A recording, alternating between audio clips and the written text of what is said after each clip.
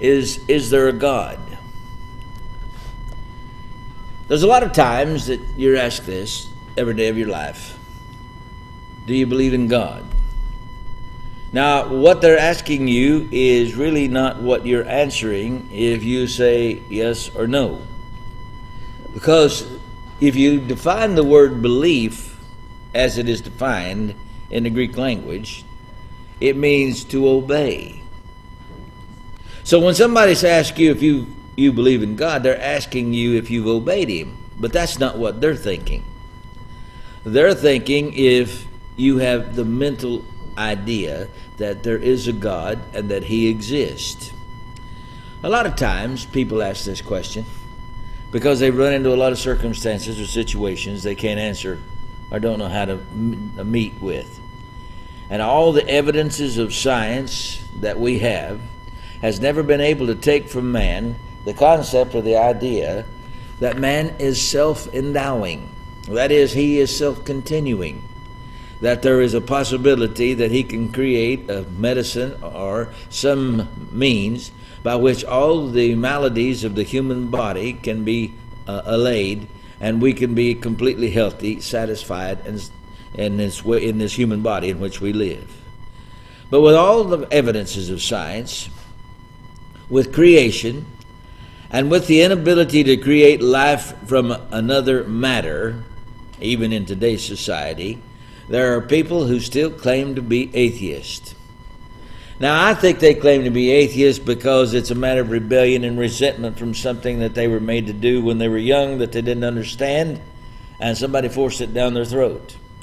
Or it may be that they don't believe there's a God because there's something happened in their lives that has made them think that God is unfair, and if He's unfair and He's cheated them out of the blessings that they think they rightfully deserve, they've decided that there is no God, and therefore that's the answer to the reason they've gone through the problems that they've had.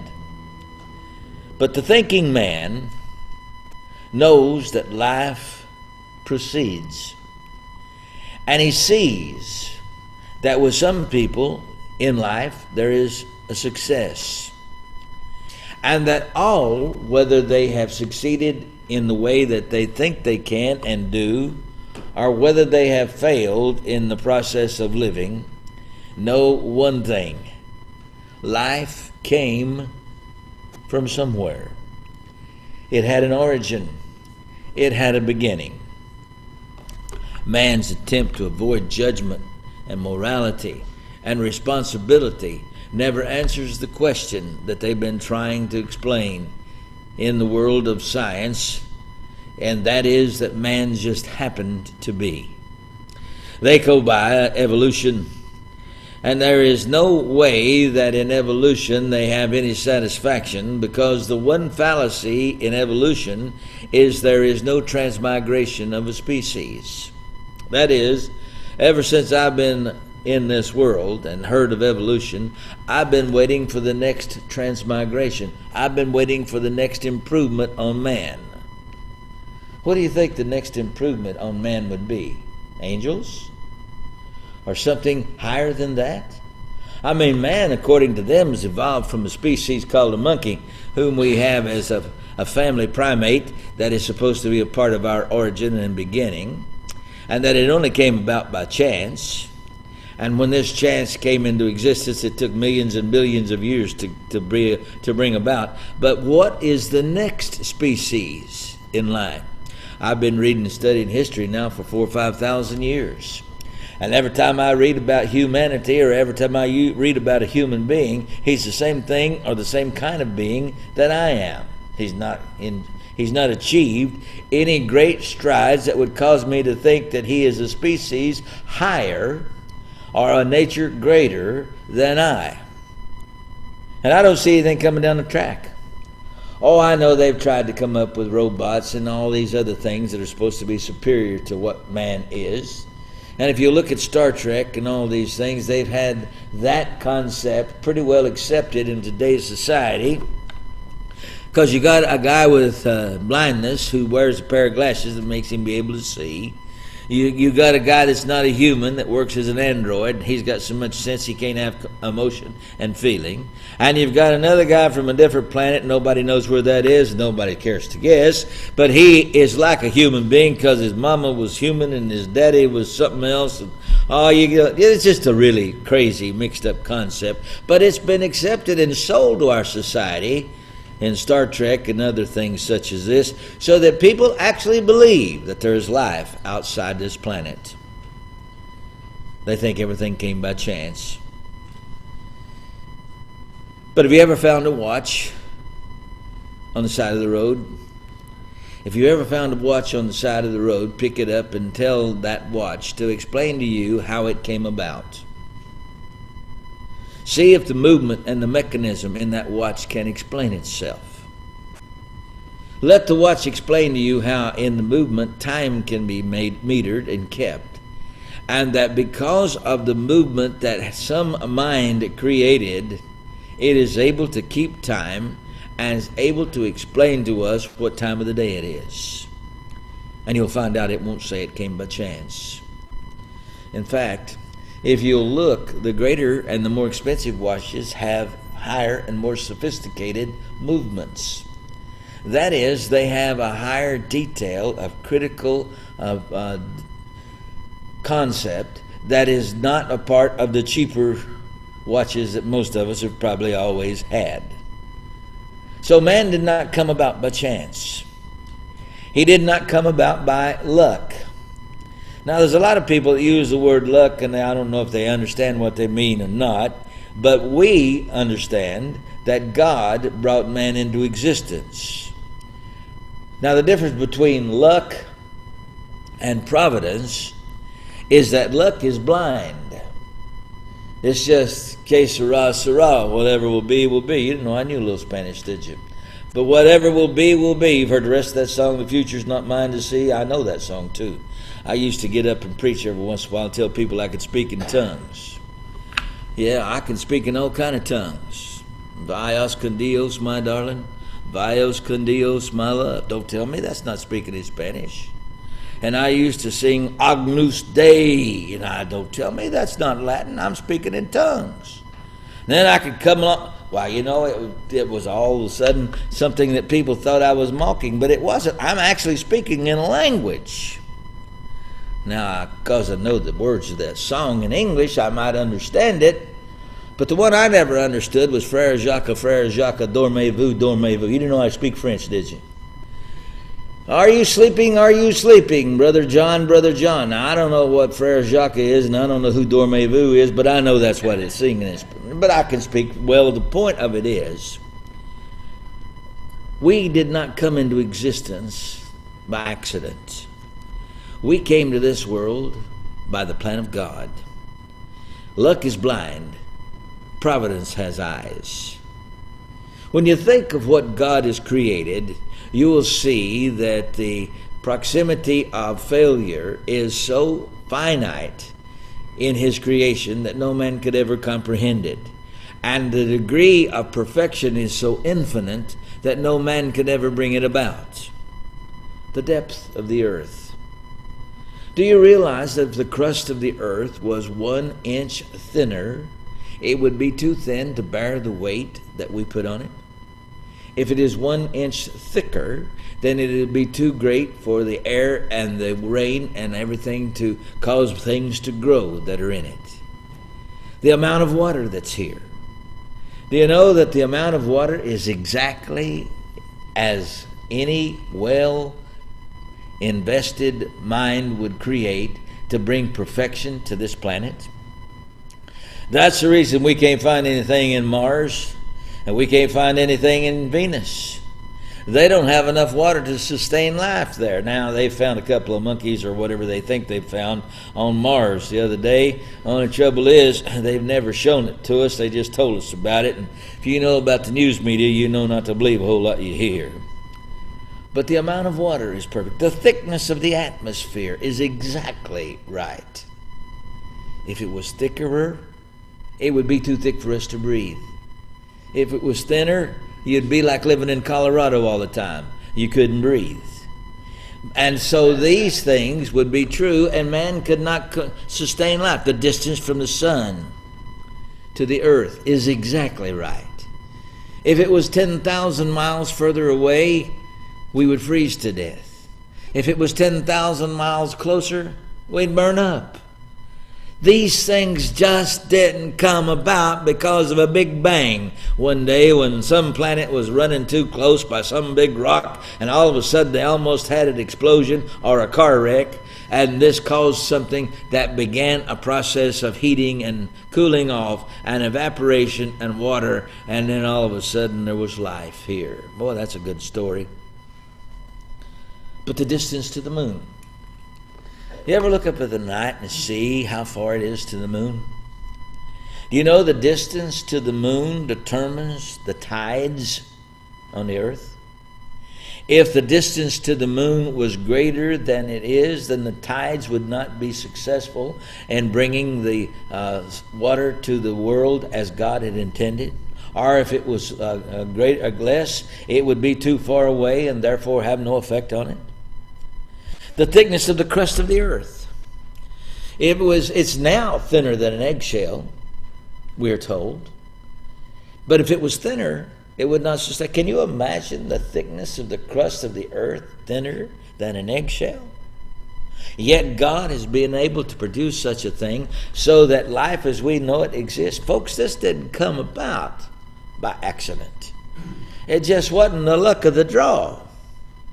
This was by the evidence, or proves the evidence of the fact that if there is nothing else, there is a creator. And the name that we have given him is the name that he has called himself, because he named his own nature. I am God. And beside me, he said, there is no other. How can matter and chance and evolution explain man? Oh, they tell us man came from a monkey. Have you ever seen a monkey with a conscience? Have you ever seen a monkey whose anatomy is that which can explain pain? I was in many a debate when I was in school and college and running around and having a lot of speeches that I could make. And I'd always go back to the very fact when people would ask me if there's a God. They said, can you see? Well, no. Can you feel him? Well, I think that is something that that's dependent upon whether or not you are obedient to him. Can you know him personally? No. But then I would ask the question, pain. Ever had any pain? Show me a little. Somebody says, I've got a headache. Really? Reach up there and get me a little bit of that so I can see it. How do I know? You tell me you have. Well, what about a heartache? Some people want to reach into their blood pump and grab. That's the wrong place to reach. When a heart is broken, how can you break something that you have not created or not made? So is a thought. A thought is something that is far beyond the anatomical structure of a human being. A thought came from where? What part of the body of man produces thought? Can we not understand that there are responses that the human being has that cannot be of the body? You ever been around dead people and beat on them? They don't say a word, do they? Yet it's the same body.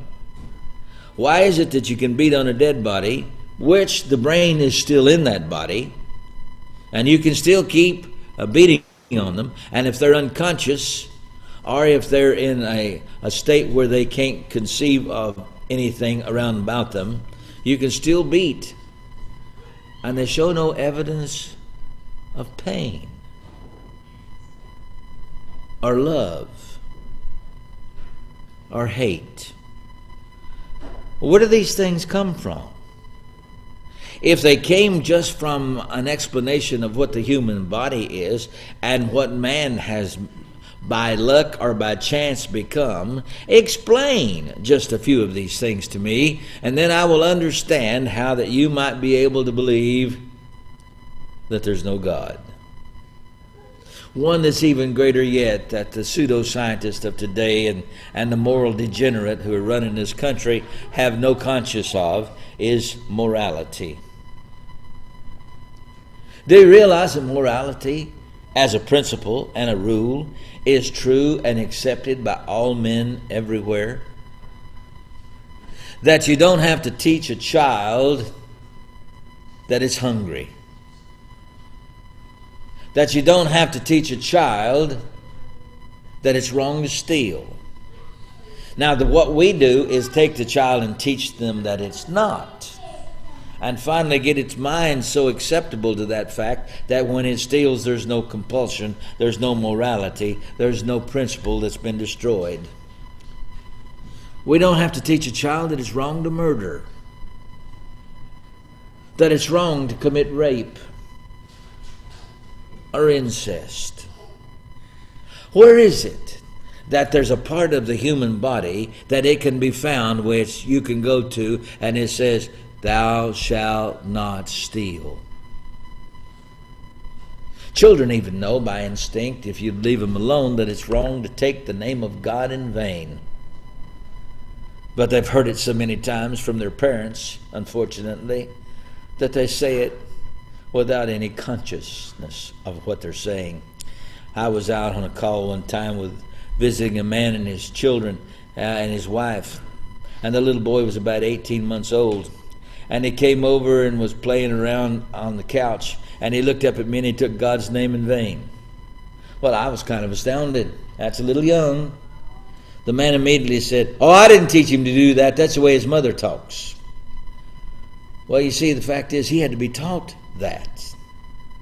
You just don't have a child that comes out of the womb taking God's name in vain. What would you have to establish to teach right and wrong, good and bad, as a part of the human body from which that came? Then another question I always like to ask, what about the spirit? These pseudo-intellectuals make fun of the fact that there's a spirit. Yet all of these people will talk about the spirit of an animal. Oh, that one has some spirit. What do they mean by that? Does that mean that that is a human, or the body of that animal that they're discussing? No. That's not the spirit of which they speak. That's life. That it's housed in that being, whatever its nature is, that shows a lot of things that the human anatomy or that physical anatomy of that animal cannot possess. For you see, if there's no God, explain the Bible. Now, man's done a whole lot of things, but he doesn't go against his desires and wants. And for somebody to sit down and write a book and write about what's wrong with what we want to do and what's not right with our proclivities that cause our own destruction and damnation is something that contradicts the very fact that it was written by a man. Contrary to this dog-eat-dog mentality where they claim the fittest survive, the Bible teaches love and joy and peace and long-suffering. Where do these things come from? The Bible demands that the inner man control the outer man. And yet there's a whole lot of us that don't even believe there is such thing as an inner man until it comes time to die.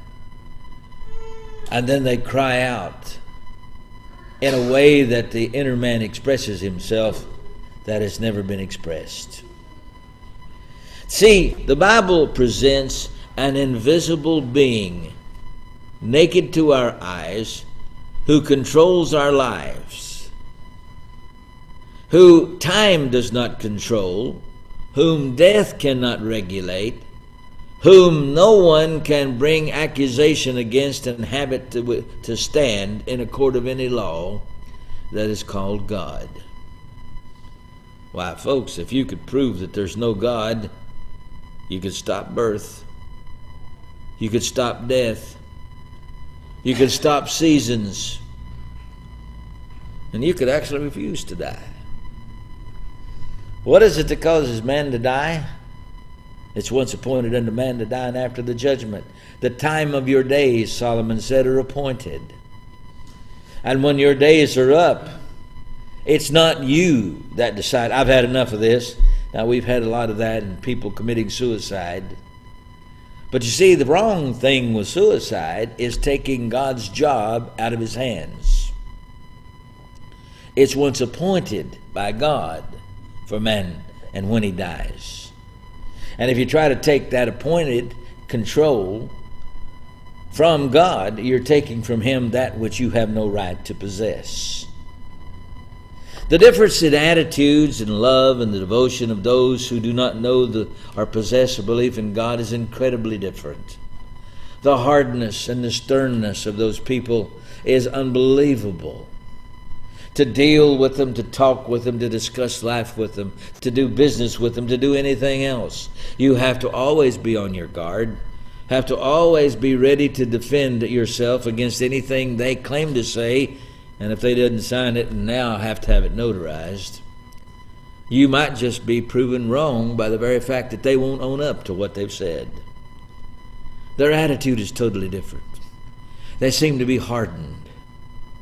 There doesn't seem to be any compassion or response to the kind nature that they, like you, possess.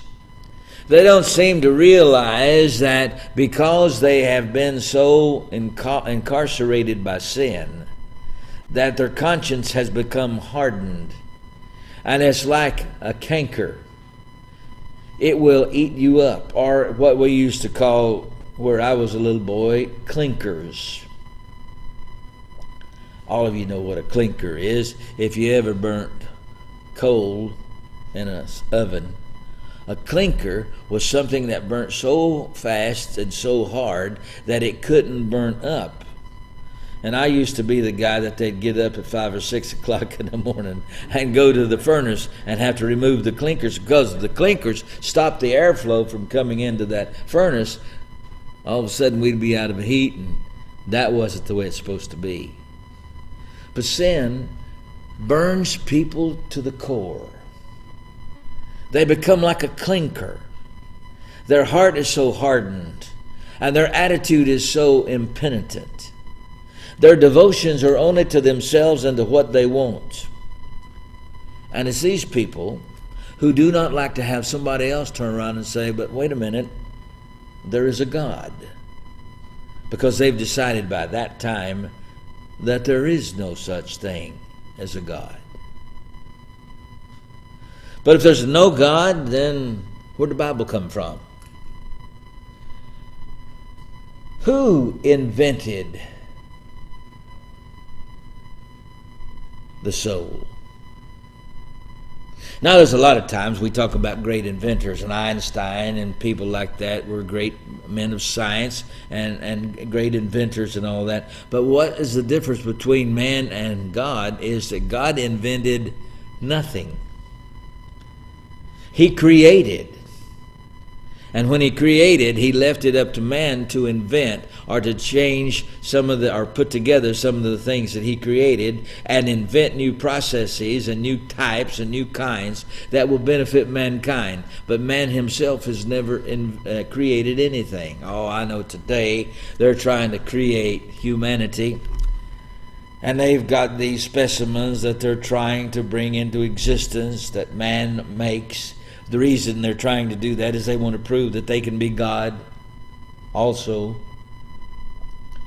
Whether or not that is ever accomplished is not anything for me to know or to conjecture, but the very fact is that God is the only one who can create. That's the definition that Jesus gave Moses when Moses asked him, "Tell me thy name." So when I go and tell the Israelites, God has sent me, they may know you by name. Christ responded, tell them the I am that I am hath sent you. Now this I am that I am, by definition, is simply put, I who alone create. Name me something man has created. Oh, he can put together and make rocket ships. He can put things together that God has supplied and cause fields to produce in a greater fashion. He can do all these things by his wondrous inventions that has caused the life of mankind in some ways to even be better. But send him to Mars. Let him create a little water. Send him to the graveyard. Tell him to show us where the soul and the spirit has gone. What part of man's brain ever came up with the idea of hell? Oh, you talk about these poets that have written some wondrous poetry. I keep thinking of every once in a while about quote the raven nevermore. Do you know that old boy was higher than a kite when he wrote that? He just wrote it down, but his mind was in some gear that whatever he was on, and it was probably from China, had put him in a place that he wrote the beautiful words, but it was something that his mind had come up with that had already existed and understood, just put it together. Alfred Lord Tennyson wrote the poem Face to Face. The sad part about Alfred Lord Tennyson, he never came face to face with the plans of God. He never came and faced frontally, or as a man, the plan of God. He never read and studied the Word of God so that he could know what God had commanded. He could write about a concept, but never made it a part of his life. Have you ever seen an angel? If you've never seen him, does that mean he doesn't exist? Have you ever seen heaven? Do you know that heaven is never described by God? Oh, I know there's a whole lot of people that tell you that heaven is talked about in the book of Revelation, but folks, there's not a word there about heaven, the eternal abode of God.